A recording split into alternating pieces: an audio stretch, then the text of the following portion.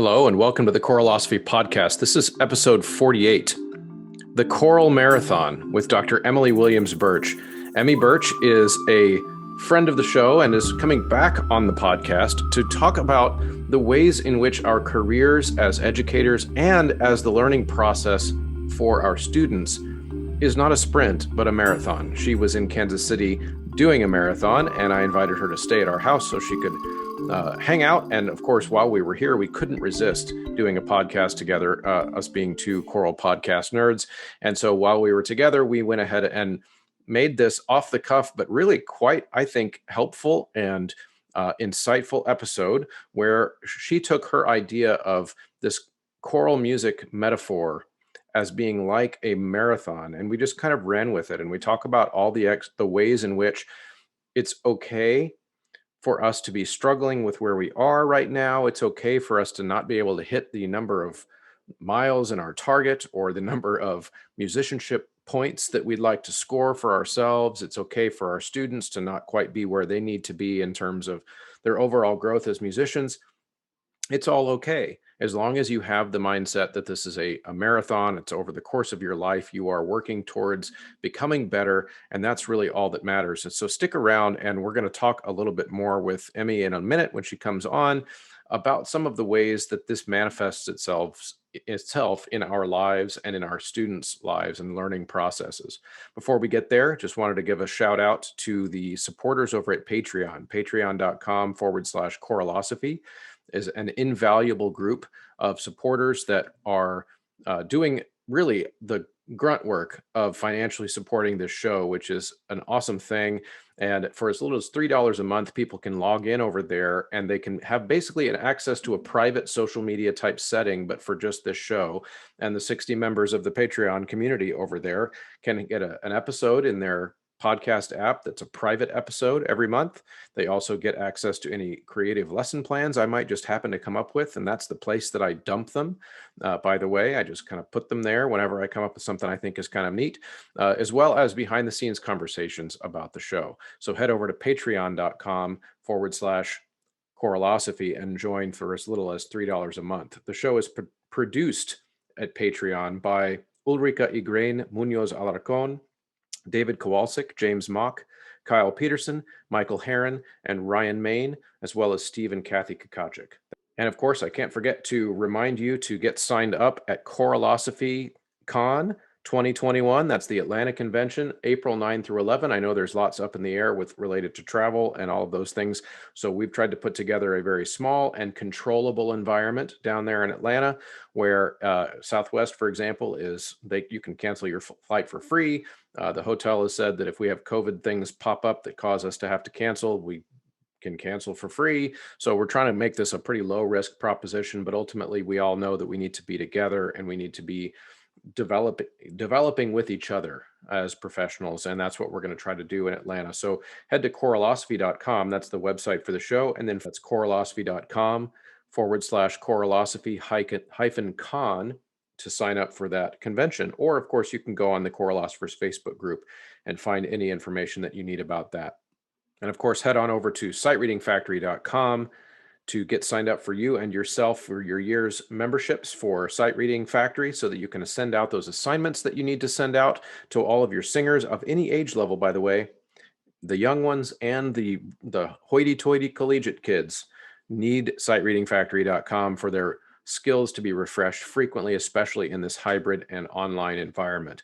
mymusicfolders.com is a valuable resource. You need choir folders. You need the Resonant Singer's Mask. You need choir robes. Really, any choir gear that you could imagine, you could head over to mymusicfolders.com. At both of those websites, Sight Reading Factory and My Music Folders, you can enter Choralosophy at checkout to get a discount coupon code that is usable every time you shop there at those websites. Okay, let's head on over to the conversation with Emmy Burch and I on the Choral Music Marathon, which I was super excited to get to have right here in the studio. A quick technical note here. If you are watching on the YouTube channel, you will see a blank screen during this interview, which I am I'm bigly bummed out about because I had a 2-camera setup for the very first time in my studio to try to film this episode, and I only had one camera that worked. And unless you wanted to watch simply me talking the whole time and not get to see Emmy, I went ahead and decided to delete both video feeds. Sorry, we'll get video feeds up next time. If you're listening on the podcast app, just ignore this. Okay, so I am in the studio with Emmy Burch. Yes, it's so nice to be here. This is going to be fun. And of course, Emmy is in Kansas City and staying at our place tonight because you ran a marathon this morning. Sure which did. is so foreign to me. Okay, well, let's just start with the fact that you're going to the gym is very foreign to me. So maybe we should just go ahead and say that different strokes for different folks there. I could not imagine. Who wants to get up in the morning and go to a gym? Me. Why? Because they have heavy things there. Yeah, so like picking up heavy things doesn't like get me excited to get out of bed and go to the gym. Like if I do pick up some heavy things because it's good to be a strong runner, but I pick up heavy things to make me a better runner. Okay. Once or twice a week in the comfort of my own home without other people like, whoa. That's funny. So do you ever do the ankle weights thing that some runners do? No, no. Because I feel like that could have been some common ground that we could have found. Do you wear ankle weights? Well, when no, you but run? I have Is that other the heavy common things. ground? No, so it'd be like heavy things, but while running. Okay. But you don't. No, I just run. Because that seems to me like that would make you a better runner. Yeah, except it's actually just putting more weight on your bones. Yeah. And you just want your muscles to be stronger to support the movement. Okay. And fire correctly. Like right. You want the certain muscles to fire. But yes, I am here for a marathon. Every other marathon all year has been canceled, and I should have known when we did our other episode that this was going to be where the marathon that I got asked to pace would be, because you said something along the lines of, well, our area is so spread out, there's not that many cases, or you said something about the landmass. Mm-hmm. And so that's what happened. This little tiny middle of Overland, Kansas? Overland Park. Yep. Mm-hmm. Okay, that's where it was. There was maybe 50 people running, and it was so spread out, very socially distant, masks at the start, and if I had to talk to my group, I had to put my mask on or anything. Right. But I was here to pace the 4-hour marathon with a good friend of mine who's a pacer extraordinaire. And people naturally space out when running. Right. You don't want to bump or anything like Yeah. that. It's not a contact sport, or Right. should be. Thank the Lord. Now, you had mentioned, so we were talking about like, okay, so let's go upstairs and do a podcast, and that would be fun. I'm super excited to just have you just here So and nice. get a chance to hang out with you in person. And you had made this comment that in a lot of ways choir is like a marathon, which of course, since that's so foreign to me, I wouldn't run voluntarily. So explain to me what you mean. So where's your connection there? Okay, this is a great connection. Okay. And if you don't run marathons, that is okay. Just think of any large, epic goal that you have. You don't just jump and go do the goal. I mean, you could, but it wouldn't be all that wonderful. So to be a great marathoner, you have a training plan. The connection between marathons and choir world are very similar. And if you don't marathon, it's fine. Just think of a really big goal that seems too big to do right now. You have to figure out how you're going to get from where you are currently to that goal. So for marathoning, that starts by picking a training plan. And each training plan you pick is different, and it can be catered to where you are in your physical journey, where you are in your musical journey, where your students are in their musical journey. Right. And along the way of the training plan, yes, it's prescribed, but you have to take little pivots. Like when you have like something that's bothering you, like an Achilles issue or a knee issue or a hip issue, because life happens, you adjust that plan so you can still meet your goal. Mm-hmm. And that's so much like choir, because you know what you want that piece to be. And when you first open it up, it seems just too big to take. Or how are we going to get there? How am I going to teach it? How are my students going to sing it? But you create a plan, ultimately. Right. So, all right. So I get the connection. I think that the way I think of it is that when I put, well, so to take the marathon specifically as the metaphor, putting maybe an extra hard piece in front of a choir, for example, one that they, when they first look at it, there's just no way in their imagination, especially when you're talking about young singers that have not gone through this process before, they can't imagine. They look at me like, we can't do this. Right. Like, this is not something that I can't, like, they see all the notes and there's like maybe more pages than they're used to. Like, this is so, there's 11 pages in this octavo. Right. We can't do this. And I just kind of nods, knowingly, like, yeah, we're just gonna have to work really hard. And then you gradually piece away at it over time. And then of course they start, and I think that's one of the things I love about teaching is that I know before they do that they will be successful. They haven't yet figured out, but of course I can't spoil it. No. I can't tell them, I know we're gonna get it because I want them to struggle. Like, right. I want them to go through that process. But then once we look back at it, we're at the concert and the concert's over and they look back at it, and I then have to remind them that they once thought they couldn't do that.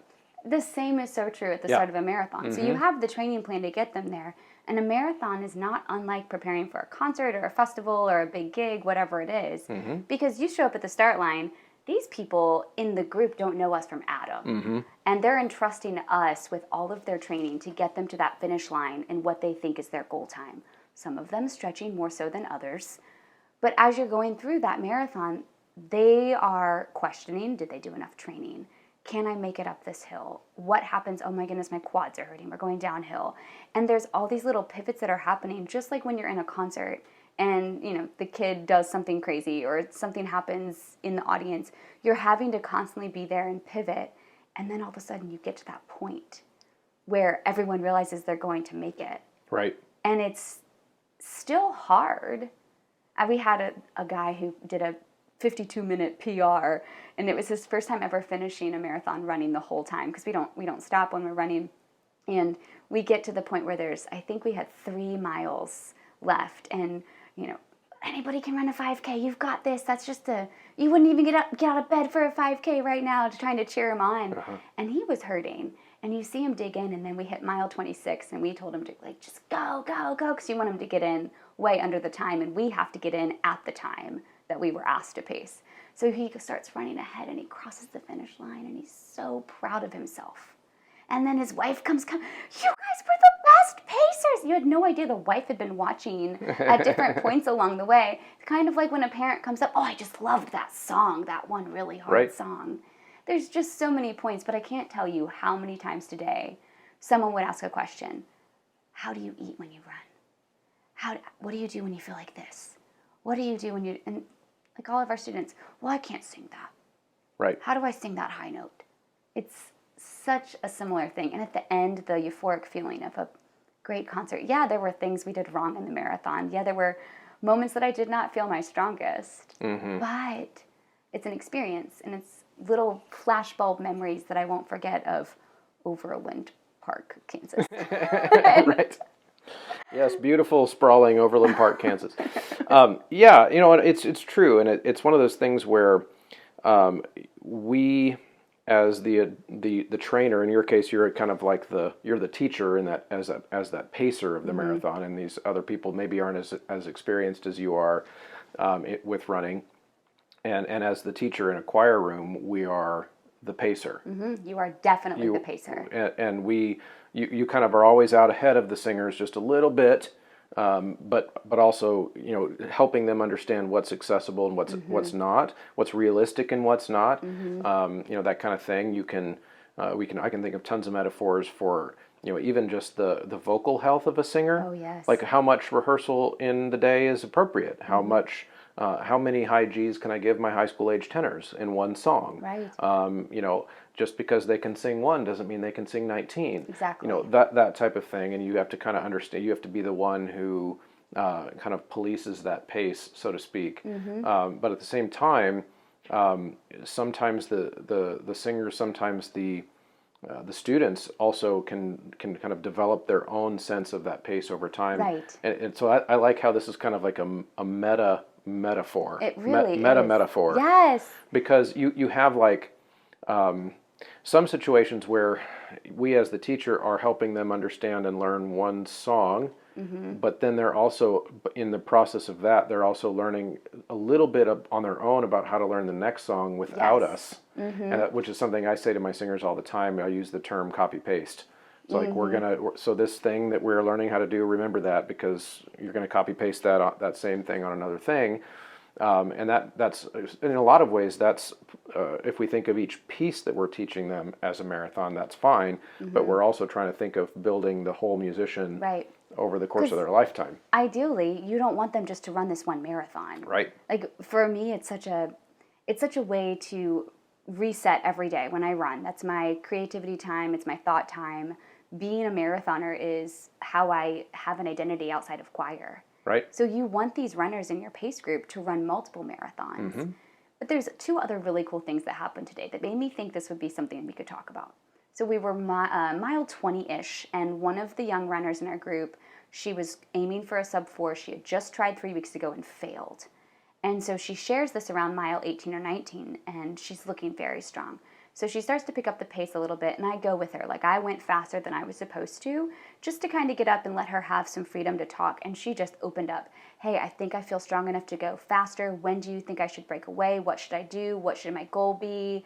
So we were able to talk for a few minutes of, okay, so go. At mile such and such, you go. Pick it up 10 to 15 seconds. You don't want to blow out your legs and just sprint and then die. And you'll be able to get in this time frame. She was right in the middle of that time frame. And to see her pulling off, it's so much like when we see our students learning something on their own or applying on their own at the same time. There was a couple of people in our group that didn't want the help. And when they fall back, I call it mother henning. I run back behind and I kind of get with them. And I'm like, hey, hang on to my shoulder. I'll get you back with the group. And this person wanted nothing to do with it. So I scoot back and I'm like, hey, how are you feeling? Do you need any food, water? Let's get back up with the group. And he just peels off away from me. And I'm like, oh, okay, cool. Yeah, I can do that too. And so we get back up with the group. And in the last, 0.2, he sprints around and goes off. Because there will always be those people that you can't help. Right. But you don't know what we said or did or lived as an example today. Because he hung back there for 25.8 miles. And then he peeled off. Yeah. So you don't know what lasting impact that will have on his life as a marathoner. Right. And so I think in this time when we don't, like, for example, I don't see my singers face to face. It's a great, relationship to say, okay, they might not be showing me what I want them to show me in that rehearsal with their face or their engagement, but you don't know what experience that you're giving them in that virtual setting or in that song that will matter later. Mm-hmm. So that's why I think choir is a lot like a marathon. Yeah, no, it makes sense to me. And I did, of course, running voluntarily is not something that I would choose to do. I mean, if a bear is heavy things voluntarily, not if a bear was chasing me in the woods, I would probably engage in running. But that would be my chosen activity only in that case. I can understand. In fact, I'm glad that you thought of that, because on my show, the very first episode I did was to tell a story about how about exercise relating to my own personal journey, and that was actually even though this is a show about choir, it only sometimes is a show about choir. Mm-hmm. But that first episode was talking about for me the idea that I had for most of my life been varying from morbidly obese to just fluffy, somewhere in between. And so the idea of trying to exercise and, starting an exercise program and then not seeing the results that I wanted to and then quitting was probably like a 15-year cycle. It was just constantly, I would try it with the best intentions and then I would give up. And mostly because I hadn't yet figured out the mindset of a marathon as a long-term goal. Like, this is not something that I'm gonna, look like an Adonis next year. This is like something that you gradually just get healthier. And I didn't become successful at becoming a regular exerciser until I finally changed what my goal was. Mm-hmm. And my goal was to just be healthier, to stay alive longer, to just go, like to have success be that I'm just going to go. Mm-hmm. And if I can keep up that regular routine, then I'll be healthier and I'll be happier. And so that was kind of the topic of that episode. And I see a lot of parallels even just to the concept of learning to run a marathon, because you can't do it the first time. You work your No way one up to has it. a good first marathon except maybe like Molly Slidell, who did her first marathon and qualified for the Olympics, like whatever. The freaks. The total crazy Right. running epics out there. We were telling stories on all of our crazy things we did at our first marathon to help some of the people in our group who are first-time marathoners know it's okay if you don't hit that goal pace this time. Well, but even for people who have never, so yes, of course, running your first marathon, it's not going to be great. But even for a person who's a normal person like me, to even get to the point where you could run 26 miles without dying. Don't forget the point two. Like, that's valid. Okay, so that 0.2 miles is probably the worst part. I'm just guessing. But yeah, so like for right now, for even me as a non-runner to get to the point where I could even attempt a marathon, it would also be a marathon. It would be a gradual process of, well, right now I could probably go out and run 5 miles and not die. And so then, at what point do I try for 7? And that kind of thing. And this kind of goes back to what you said at the very beginning. Is like for everyone, no matter where you are on your journey, the process is still the same. Which is that as long as I just go, as long as I'm going to go a little bit further than I could last time.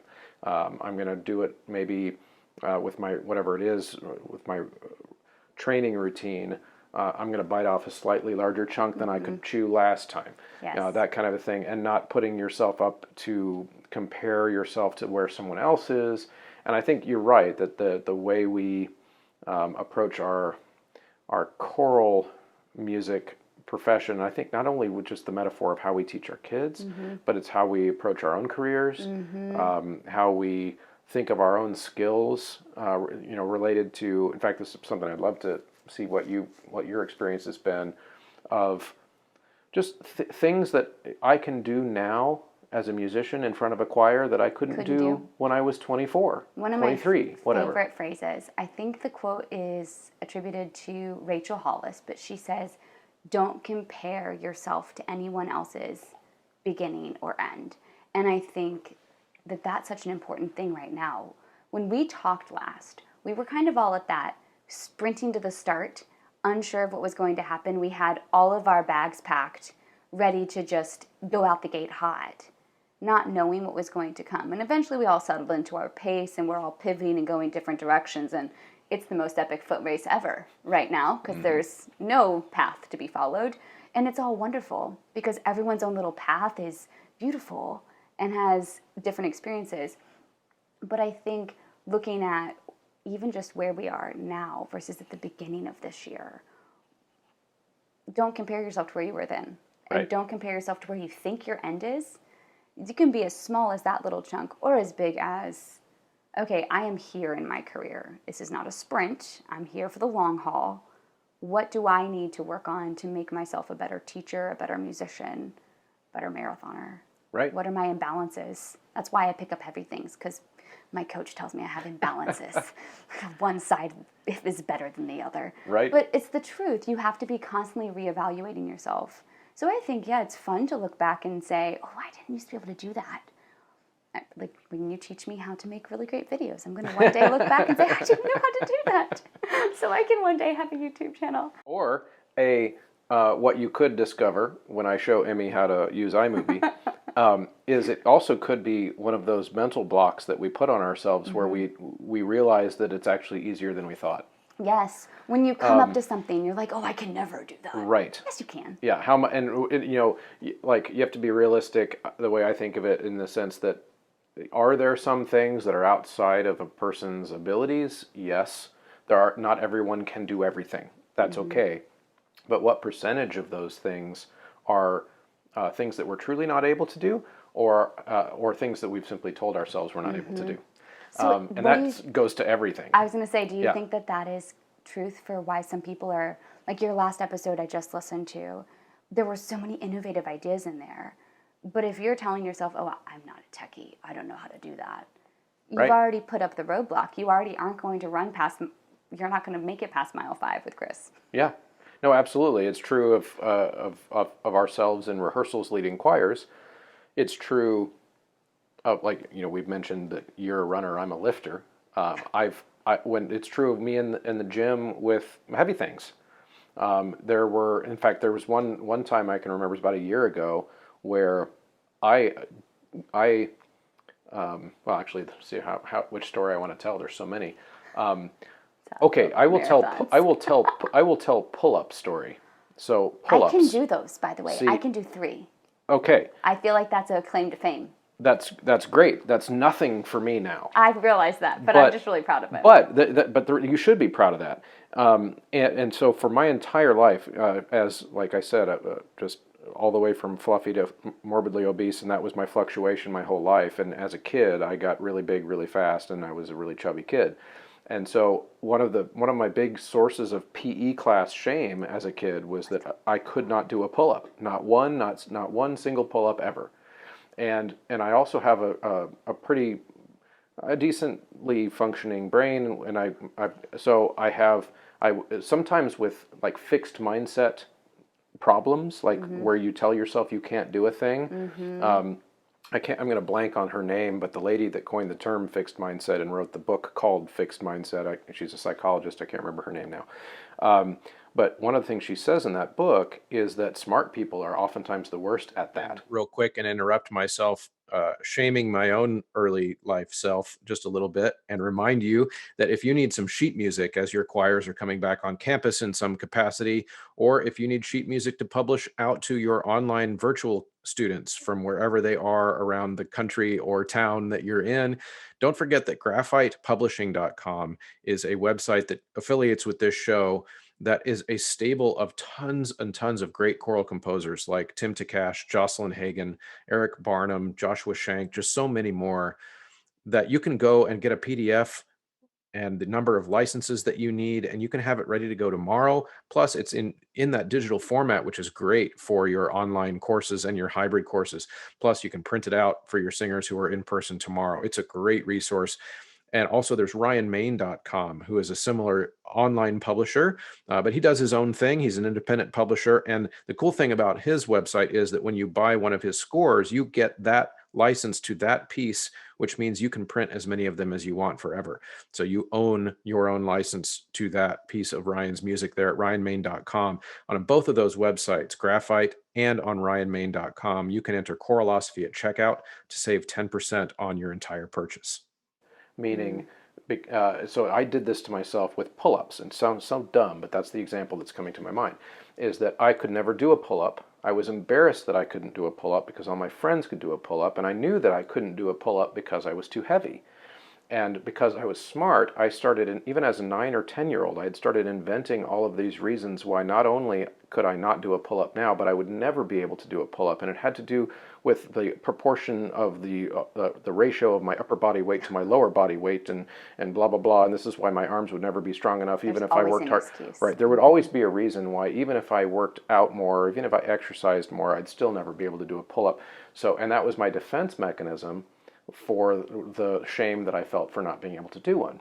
So, and it kind of goes back to my story earlier when I was telling about once I changed my goals related to exercise, where my goal was no longer to look a certain way, my goal was no longer to weigh a certain thing, my goal was to just keep going, right? And all of a sudden, I got to the point where I was at the gym and I had lost enough weight and I had started becoming stronger. There was this day where I just kind of looked at the pull-up bar and I was like, I wonder if I could do one now. And I jumped up and I did it easily because I had been exercising so much at that point. But what was funny is I see the other adult males at the gym that can do pull-ups, and there were probably 2 or 3 years of regular gym going for me where I just didn't try it. Because I still had that, like, it's just not, I don't want to jump up and not be able to do it in front of everybody. But there was one moment where I finally did it. And now, and then of course I was really excited about it. I came home and told Beth, I did a pull-up. She's like, why is that cool? Like, well, I need to go all the way back to 3rd grade to explain to you why that's cool. Because there's so much history there. Right, yes. and I could do it. And so then that became part of my exercise routine, and now it's something I do every day like it's nothing. Right. And so it's true. It's one of those things where I had built a mythology in my mind around something I could not do. And there were all kinds of valid reasons why I couldn't do it. And I think that there are tons of things that we do to ourselves in that way as musicians as well. Think about the composer. You're like, oh, I can never do that. I could never do a work that long. I could never do a major work. I could never work with instrumentalists. Whatever your never could be. Right. Stop.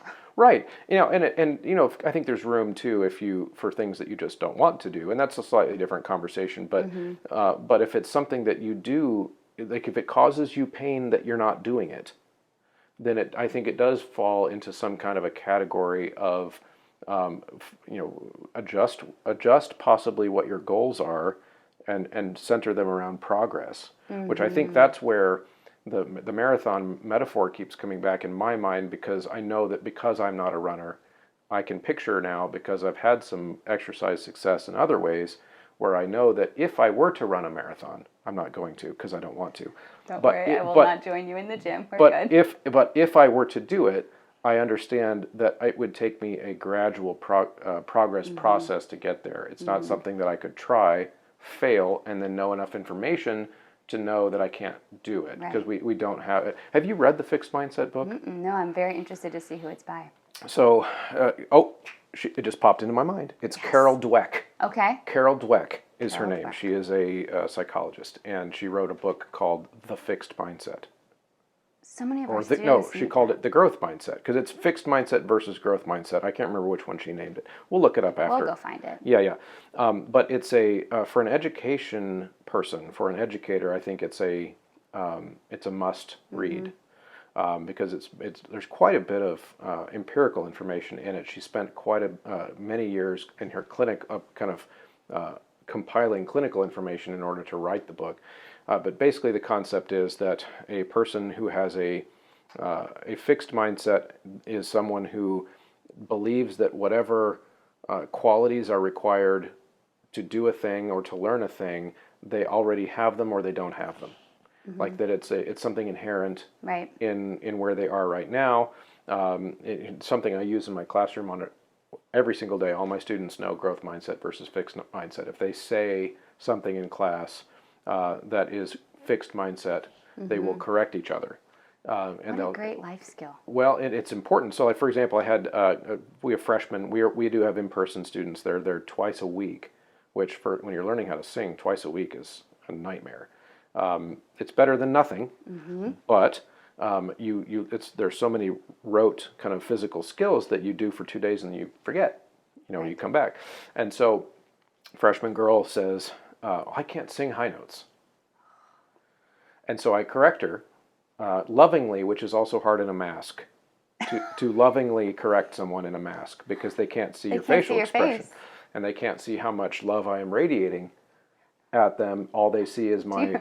Do you say, like, I am lovingly saying this? I do. I have started finding myself frequently saying that you're not in trouble. I'm not mad at you. Because I see, like, every time I give them something other than just yay, way to go, all they can see is my, intimidating brow. And so I have to say to them, you can't see, but I'm smiling right now. It's okay. These are normal problems. Like every freshman I've ever had has these problems. It's kind of thing. But with the fixed mindset, so if I say, if a freshman says I can't sing high, then I actually would stop the rehearsal at that point. Like I don't let those words be spoken in my rehearsal, and I will tell them about fixed mindset, growth mindset, and then we'll talk about how could she have said that in a growth mindset way, the same exact problem, and then we'll come up with something along the lines of, I haven't figured out how to sing high notes yet. Yes. At which point I would say, I feel you. Like it's hard.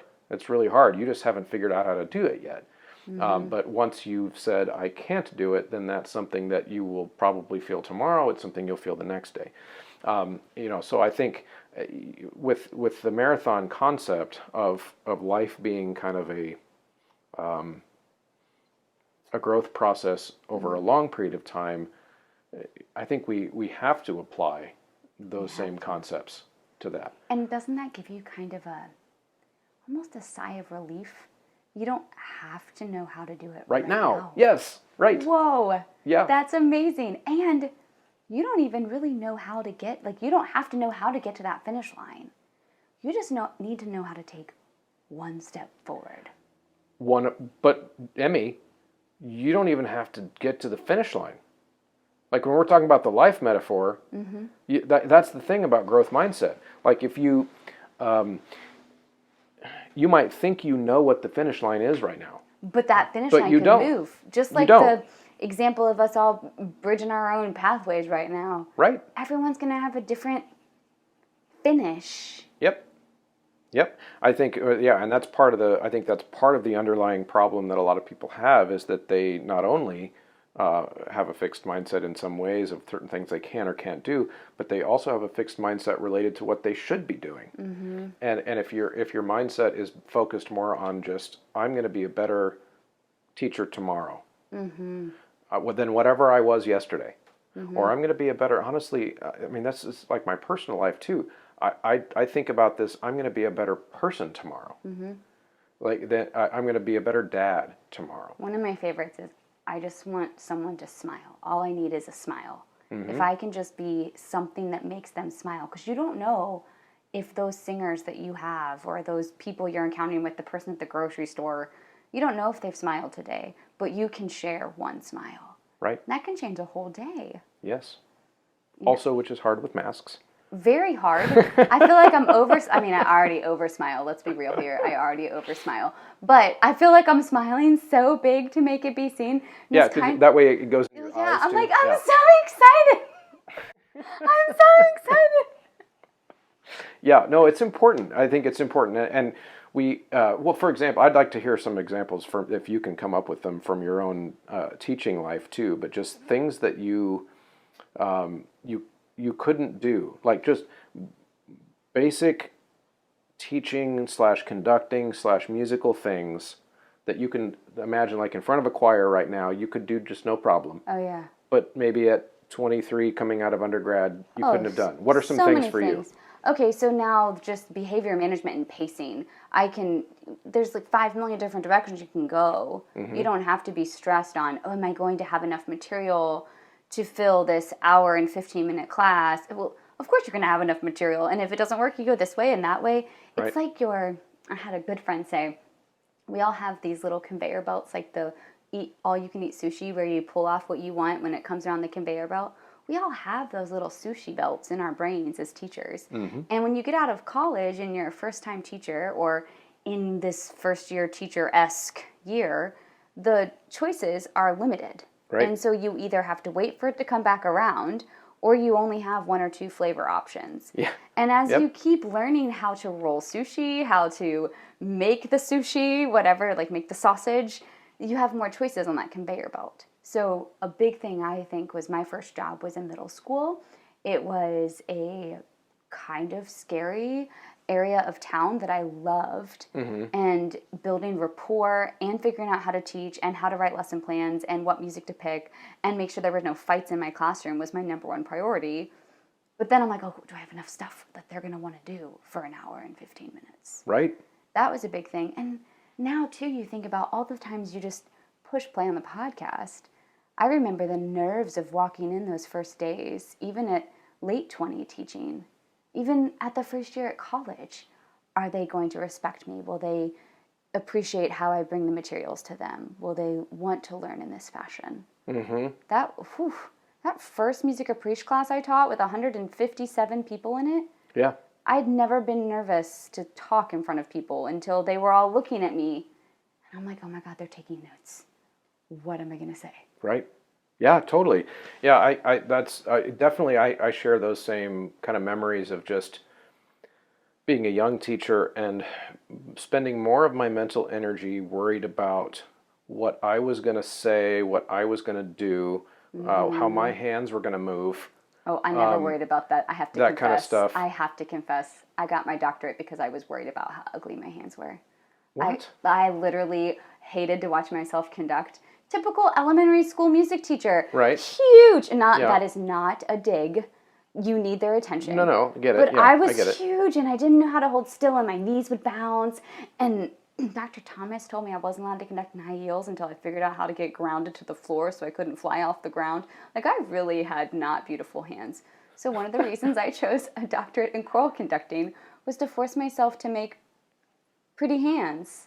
I still don't really think much about it. I do practice really hard transitions and stuff occasionally. But even that's grown just in getting that. Yeah, I mean, I remember, this is a true story, my very first conducting class as an undergrad, we had to do some work with baton and without baton. Okay. And I was so nervous. Like, I tell my students this story now, and they just are in disbelief because they can't picture me being nervous. But That's a great example. Yeah, like, I was so nervous. My hands were sweating. Like, sometimes if you're high anxiety in a moment and you've got that sweaty palm syndrome or whatever, and you also don't feel like you can quite firmly grip a thing. And I had the baton and I didn't feel like I could firmly grip it, so I kept like squeezing it. And I get up to give a cue in front of a live choir in a conducting class, and I give a downbeat, and the baton flew across the room spinning and hit a soprano in the forehead. I'm sorry for laughing. No, it was awful, and it was mortifying, and it was not a soprano that I knew well enough for it to be cool. Like, I threw I threw a dart at her head, basically. Now, thank God, the impact end was the blunt end, so it ended up hitting her. But if it was the pointy end, it could have embedded. I'm sorry for laughing at you. But that's everyone's worst nightmare, dropping the baton. That's everyone's worst nightmare. Yeah, but I didn't drop the baton. I turned the baton into a projectile on a downbeat at the beginning of the rehearsal, and so it was downhill from there. And so I actually, I still don't use a baton in almost any scenario now, partly because of that. Are you fixing your mindset on that? Well, no, I just don't, but no, that's not why. Okay. I no longer have shaky hands when I have a baton. I just don't enjoy it. I don't like it for musical reasons. But no, it was, but I had tons of anxiety around just being in front of a choir. I'm trying to think of two other examples. Like, when I first started conducting choirs, we always talk about our, as choir directors, the quality of our ears. Like, what can we hear, right? And some directors have better ones than others, and that's true. And that was always something that I wanted to have the ability to just hear all the things. But when I was first teaching and I first directing choirs, I was so much of my mental energy was spent in what I was doing that I couldn't hear them. Right? And so I remember my very first high school choir, probably would have been 50 or 60 kids, and I could tell that it was generally sucky.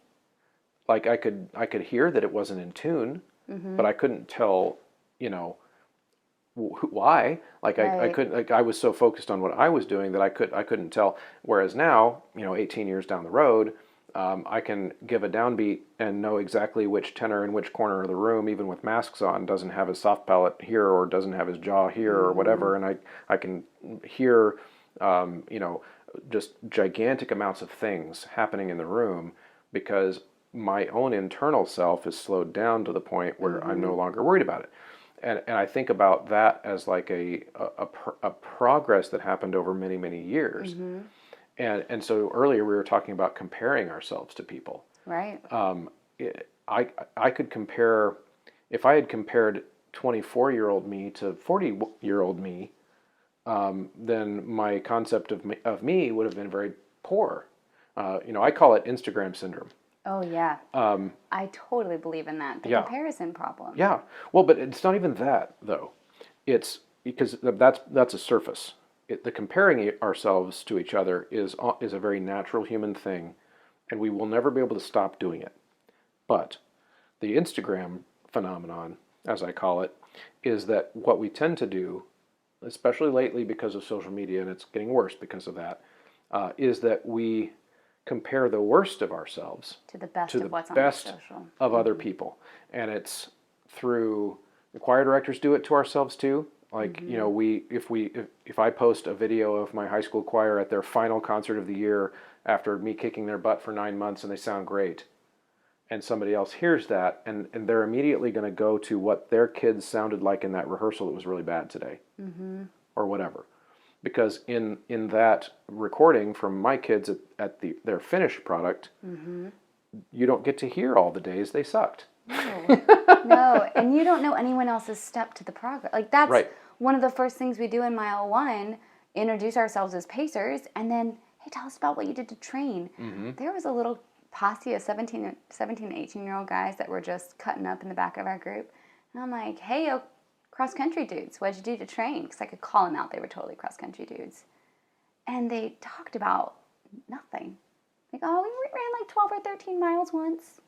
Okay, cool. Well, make sure that you're getting a lot of water and some nutrition. And if you start to fall off at 15, that's okay. You'll still finish. Right. It's going to be painful. Be ready. Yeah. Just giving them some, because you don't know what every person at that start line went through. Yeah. Or I'm sure your 24-year-old self versus your 40-year-old self, if you were doing your first marathon versus your 40th, the finish line jitters are still a thing. But you know how to slow down and enjoy that feeling. Right. You know how to start a race and not go out too fast. How to pace. Like, did you ever do one of those lessons where you got all the way to the end and you had no idea what you were going to do for the last? In my early years, yes. Yes, those were always the scariest. Yeah. And if you weren't engaging them, there was going to be a fight. So you had to make sure you were doing something.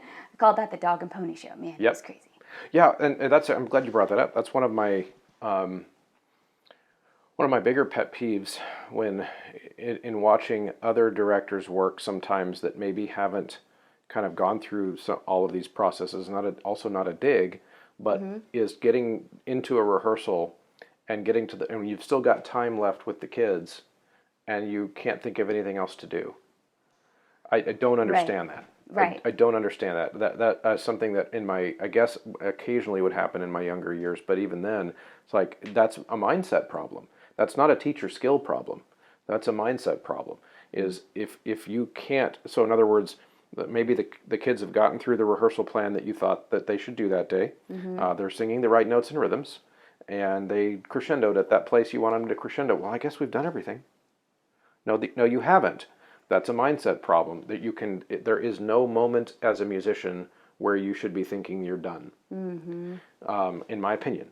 And that's kind of why, too, like this marathon metaphor is appealing in my mind, too, because I think of it, I've used the metaphor of, this will be super nerdy, and I probably will lose you with this, but role-playing video games. Okay, I remember video games. But do you know what role-playing video games are? No, I mean, RPGs. I had a Super Nintendo. You don't know what I'm talking about then. So an RPG in video games is the type of video game where you start at the beginning of the game with a character who has maybe level 1.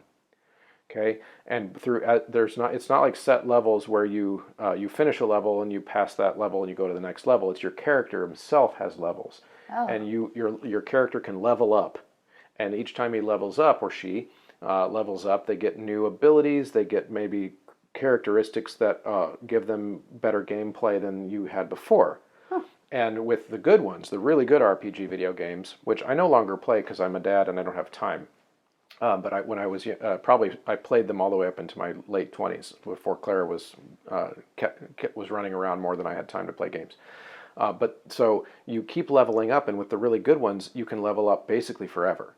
So no matter what your attributes are, you can always get better one. And so then when you go into the game environment, you're a god basically. At that point. You can just do whatever. And so I've always thought of, in a super nerdy way, back to my younger gamer days, where choral music in the way I think of myself as a musician is, I can't imagine a moment where I would say, okay, I have now learned enough. Right. You're always leveling up. Right. You can level up, and I try to put that off to the singers too. Is like, after a concert, I don't know if you've ever done this with your choirs, but after a concert, we sit down and we analyze the video. What could we have done better if we could perform that piece again? And it's not like a defeating way. You don't do it because you want to pick yourself apart so you have no joy. It's just that it's a growth mindset. Right. Like, if we could do that again, what would we want back? Like, what could we do? Which moment in the music did we not quite agree on, or whatever? So I'm gonna force you to answer this question again. Give me some music things, like some things that you feel like as a musician you couldn't do before, and it may be like my pull-up story, like that caused you some pain that you couldn't do. You'd compared Instagrammed yourself to someone. Oh, yes. But now you feel like you're better at that thing. You've got to have it. We all do. I do, yeah, definitely. Yeah. You want a teaching trait, or do you want an actual musical musicianship thing? A musicianship thing. So Bach. There's a duet from, I'm not going to remember the number now because I don't have numbers. Yeah. And I heard it performed at an ACDA convention, and I loved it. But I didn't know how to teach my students that type of articulation, and I wasn't sure how you got them to sound so appropriate on German text. And so I always wanted to do it, but just never programmed it because I didn't know how at all. And then I don't remember what the catalyst was for doing it. But all of a sudden I pulled it out. I'm like, we're just going to do it. We're going to figure it out. I'm going to figure it out. I called friends. I asked questions. I checked out a lot of books from the library because it was my first year in grad school, so I now had a library at my fingertips. And I didn't tell anyone at school that I was working on this piece with my community choir. And we get to the point where it's time to now articulate. And I'm like, okay, I've got it. I just have to teach it. They've been doing and doing and all the little thingies that the book said to try. Scooby-Doo and Scooby-Doo and Dooby-Dooing. Yeah. And so we put it together, and the first time, still so awful. But then we started adding some kinesthetic stuff, and I got their input. I want it to sound like this. What can we do to make it sound like that? Yeah. And they started adding movement, and it became a dance, and it, in the end, was an absolute blast. But I put that off for 8 years, 9 years. I wanted to do that piece for so long. The same is true, though, for me in major works. I always thought I was not someone who could hold still long enough to do a major work. So I forced myself to do an entire recital for my doctorate. I did Pergolesi's Stabat Mater. I hired musicians, and I intentionally hired a freshman. So I'd have to learn how to communicate with a beginner style instrumentalist, and then a couple grad students and someone in the middle. So I had to learn how to verbalize exactly what I wanted. Man, I've never sweat so much ever in a rehearsal. That was so scary. Totally worth it. Yeah. And overcame it at the end. Was it the most beautiful product ever? No. Right. But I did it. Yeah. Yeah, that's awesome. That's exactly what I mean. We have these roadblocks in our mind of the things that we can't do. And no one listening to this should also be ashamed that they have those. Like that, we all do. Still do. Yeah, still do. And I think what I've started to do is I've started to have part of my daily, truly daily practice being kind of trying to counteract that in myself by knowing that I have it, I have the problem, and just reminding myself. It sounds so hokey. It's like Tony Robbins or whatever, but by just kind of verbalizing. His voice is so interesting. Yeah. Yeah. Sorry. No, it is totally. But trying to verbalize to myself in my inner monologue, inner dialogue, I guess you could say, just reminding myself that it's okay to have those things. Because I also have to remind myself that it's by accepting those things about myself that I'm not, my insecurities, whatever, that actually help me overcome them. And I think that's the paradox for a lot of people. It's like, if I acknowledge my insecurities, then I'm making them real. Yeah, so you can get over them. Right. Well, yeah. But that's the thing, is if you don't acknowledge them, you won't get over them. No, they'll stay. Marathon, hello. So you have an injury. You have an imbalance. If you keep it in the closet, you're just going to get injured. Yeah. Nobody does that. Well, none of the good runners do that.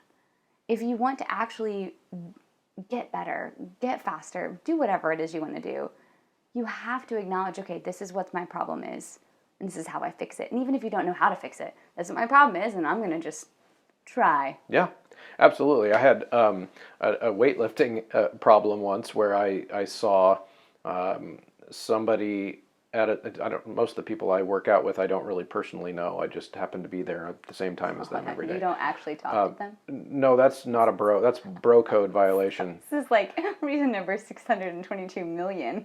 Well, I should not go to the gym. Cool, what are you training for? What's this move you're doing? They would hate me. I'd get kicked out. No, that's funny. Occasionally words will be exchanged at the gym, but for the most part, we just grunt. Are you using this? Right, exactly. Yes. Will you spot me? That kind of thing. But there was this moment where, I think it was probably a year and a half ago, 2 years ago or so, where I saw somebody that I normally had been, working out with who started lifting more than I was lifting on a thing. And I decided, I'm just going to see if I can also do that. But it was beyond where I was. Mm-hmm. And so I was able to do it, but there's these issues with weightlifting where like you can physically get the weight up, but it's beyond your ability for where your body is, and so you might have to break your form down to do it, and that can injure you. So let's just thinking in as simple as a bench press, if let's say I go up 20 pounds more than I should, I might still be able to wrench my body and get the weight up, but then I've got to twist my shoulder into an unnatural position to force it up. And I had started doing that just because I had that Instagram problem. Like I was like, I should be keeping up with this guy.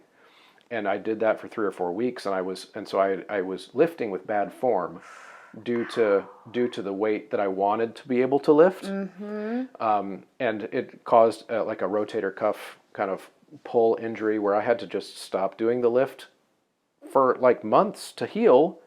And then where do I end up? Way back I end down up at the bottom. Way back below where I was before. And then I've got to start over, and I've got to heal, and then I've got to build my strength back up. And of course, the metaphor there should be obvious, which is that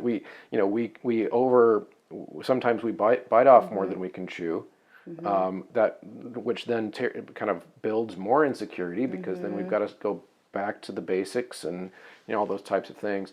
I can think of fine line. Yeah, but it's still you got back and you're doing it again. Right. Like you can pick up whatever that scary musical teacher thing is, and you might do it wrong, and it might be really hideous. Mm-hmm. But that doesn't mean you don't come back to it, or you come back and revisit it. Right. You develop a better, but that's the thing, is it's okay to, so in that case I took a risk, and I shouldn't have taken that risk in hindsight. But at the same time, I don't want to tell myself that risk taking is bad. Right. And so it's a mindset thing. Like mm-hmm. If you become comfortable with failure, then the failure itself stops being as scary of a concept or a mm-hmm. prospect. And now I don't know, how are your keyboard skills? Oh, I practice a lot. They're not amazing, so I practice a lot. Okay. I mean, I took piano a lot, and I tested out of all the piano classes that were required, and I can accompany myself. But that doesn't mean it's artistic or beautiful or something my singer should sing to. Okay, sounds like you and I are about in the same place then.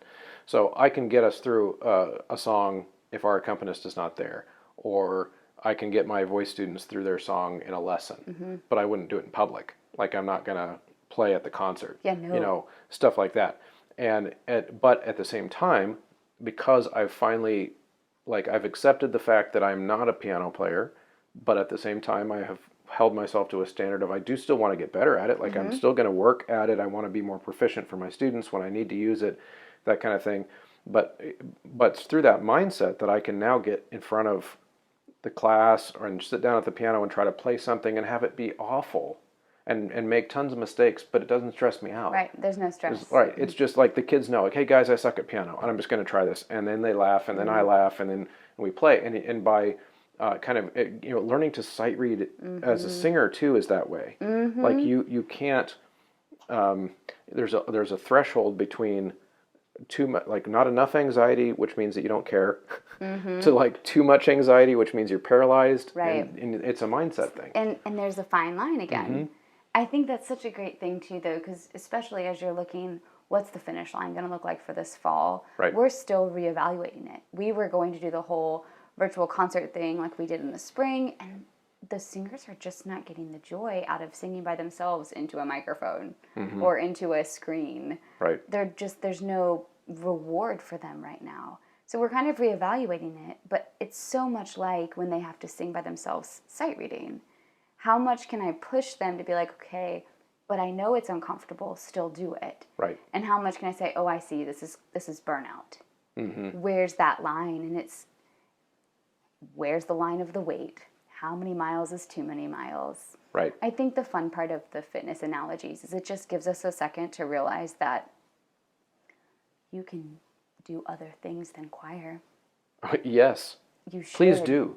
You should. Please do. You yeah. should. You can do other things than choir, but they can also make you a better person in that classroom. Right.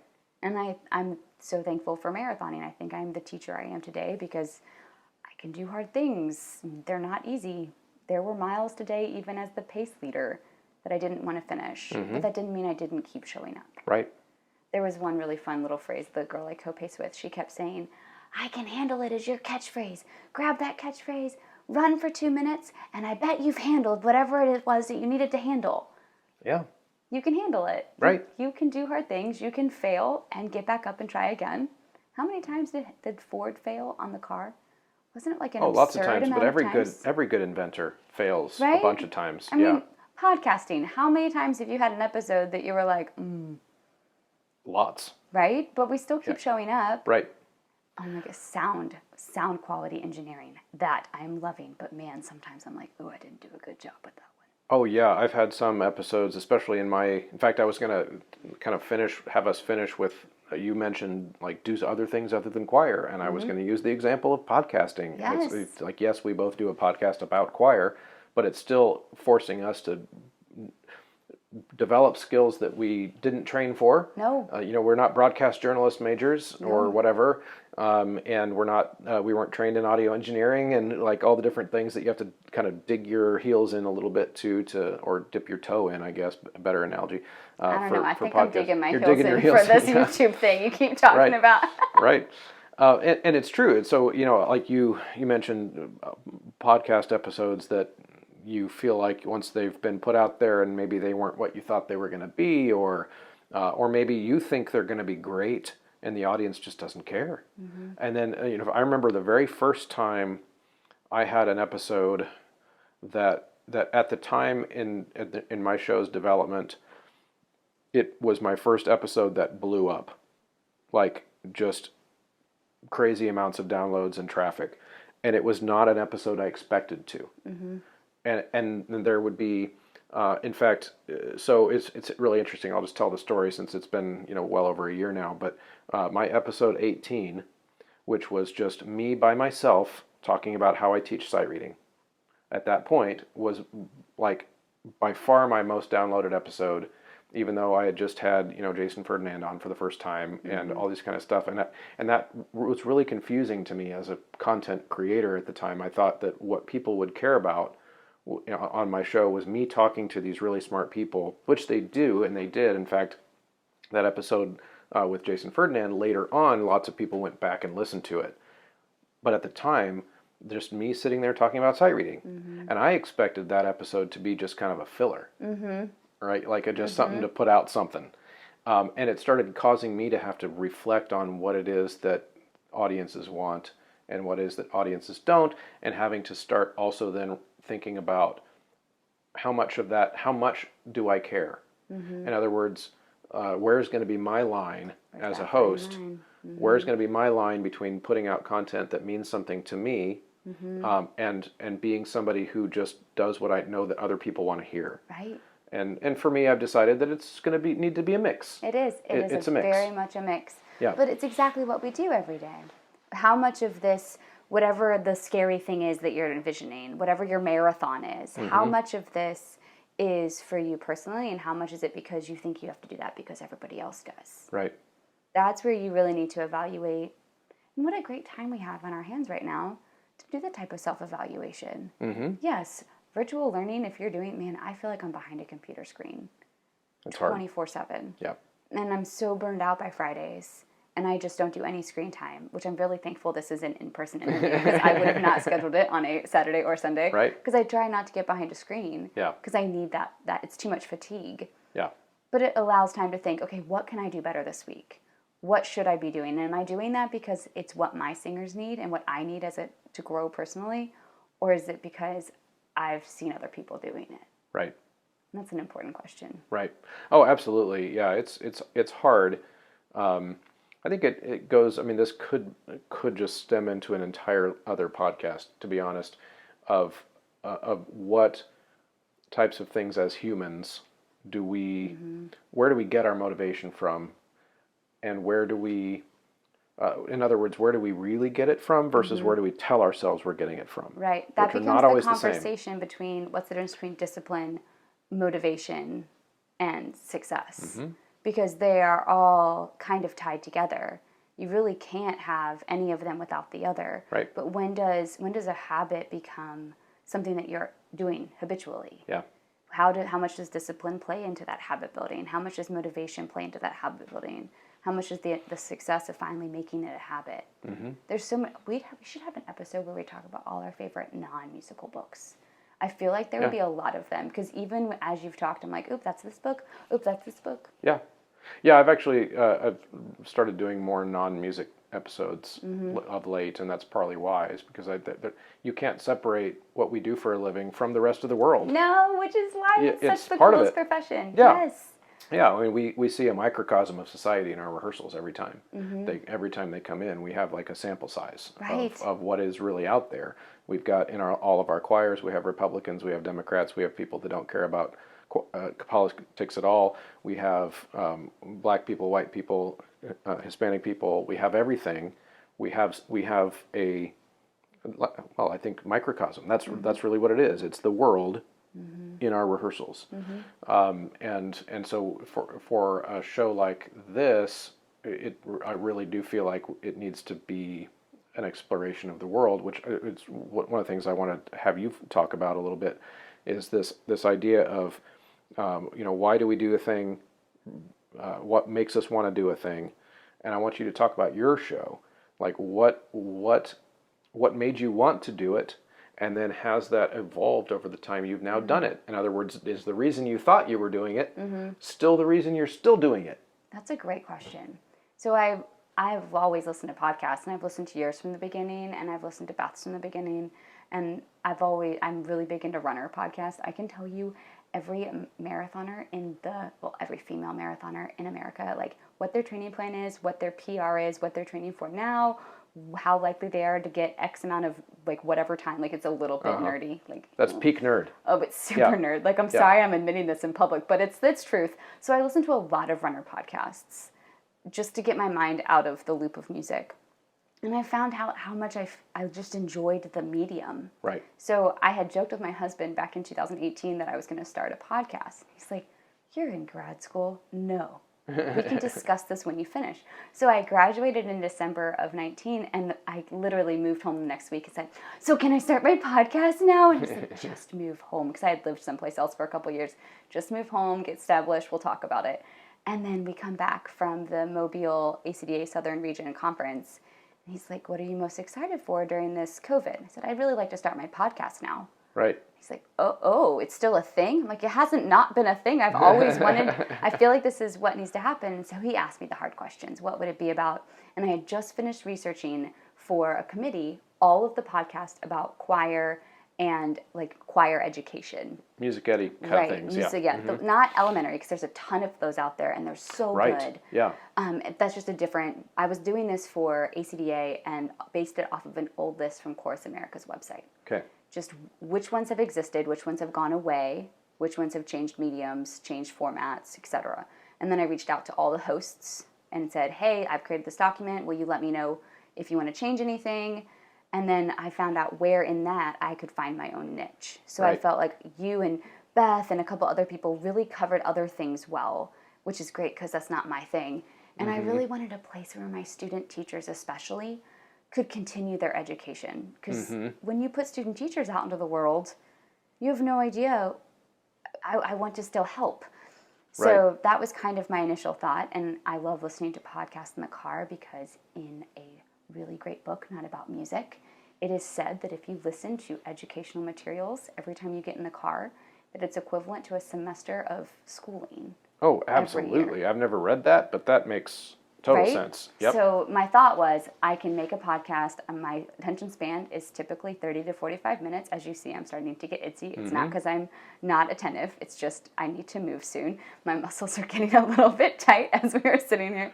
So I knew what time frame I wanted, that I wanted to be someone's car companion or running buddy, and that I wanted to talk about issues that would help people be better music educators. Right.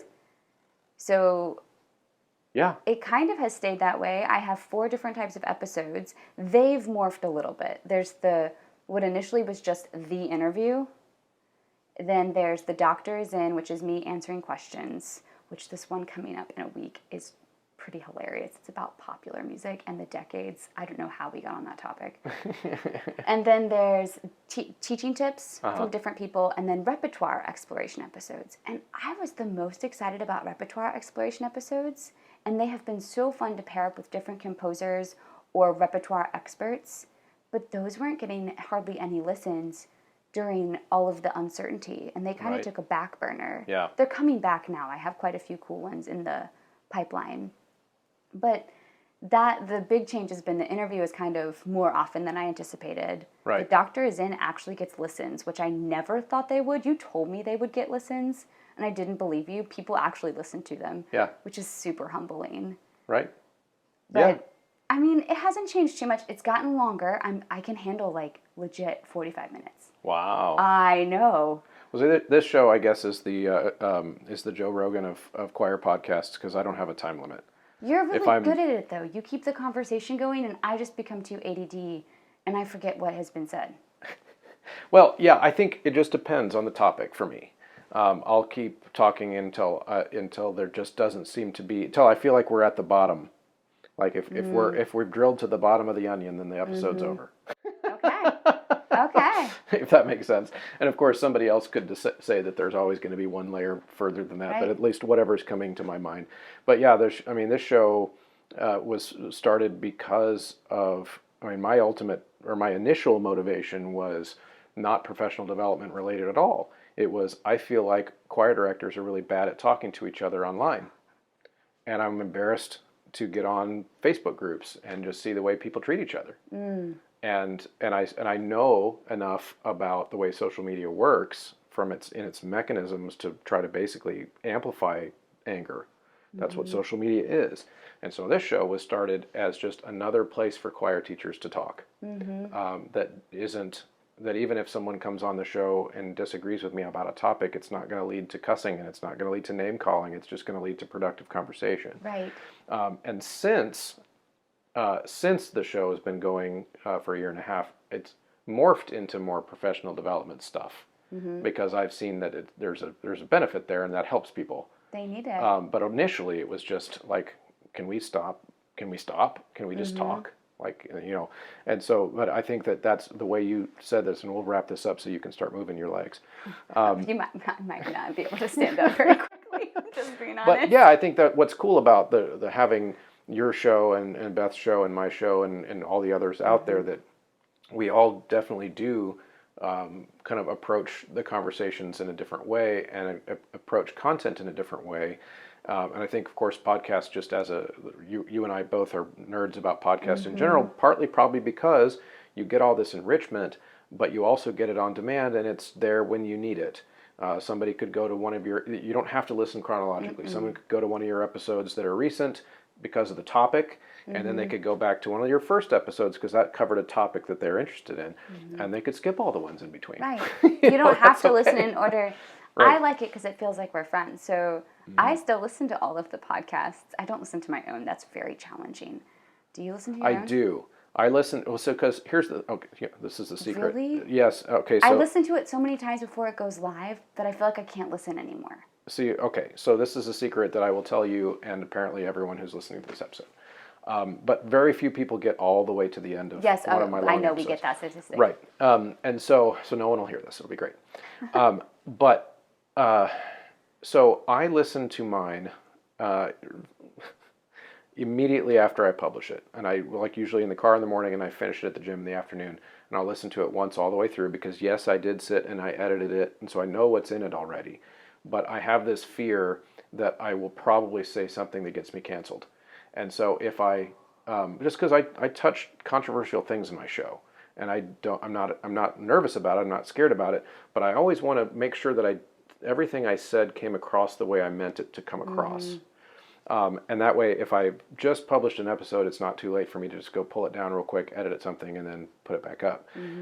But I've never had to do that. So not one time, but I do listen back because we touch sensitive things on this show that that somebody might not agree with the way I framed something or that the guest framed something, and I'm okay with that. Like, I'm not worried about somebody disagreeing with me. They're welcome to write in and we can talk, and sometimes it might even lead to an episode. We can talk about that.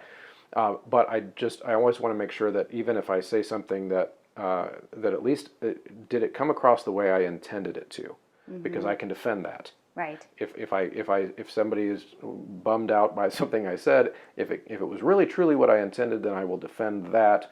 But if it was just a slip of the tongue, or like I said something that didn't come out right, or whatever, because I don't script the show at all. Right. Like, I don't script it at all. Like, You can't though. I Right. tried that for the first couple episodes. I tried scripting, and it doesn't work because that's not the point of these. No, they're conversations. They are conversations, which is why my extroverted self loves them, because I feel like I have friends in my ears. Right. And I do have to tell guests that usually, because sometimes they expect to be interviewed. And sometimes it turns out that way, and it's fine. But like, I tell them that, like, this is not an interview show. It's a conversation show. Like, we're going to talk about this thing.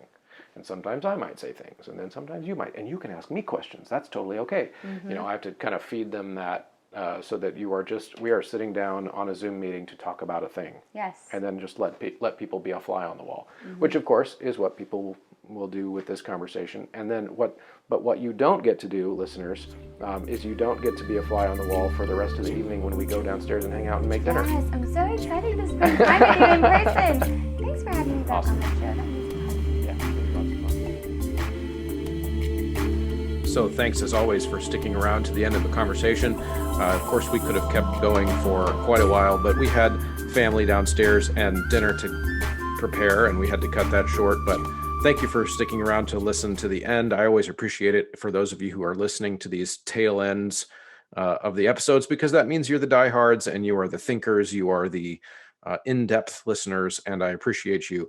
So if you are still here, one of the things that you can do to help to show that you really enjoy this show, and also to recognize that I need some help spreading the word about this show. It's the most expensive thing that I'm doing right now. Now that I've already had to buy all my equipment, I think I'm okay now. I think I've got the gear that I need. My most expensive thing going forward is just stupid Facebook ads.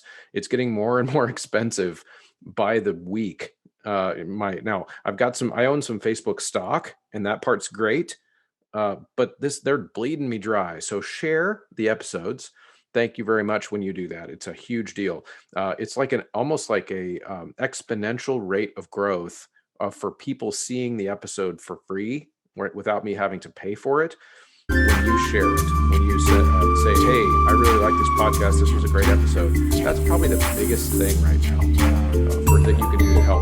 Also, of course, like, comment, any type of interaction you do with the episodes helps a lot. Head over to patreon.com/choralosophy. Jump on and support over there if you appreciate the work that goes into this show and you want to be a part of that. Of course, also, you can leave a rating on the podcast apps, join the Choralosophers Facebook group, and of course, get signed up to join me down in Atlanta, April 9 through 11. Hope you enjoyed this episode. Thank you very much.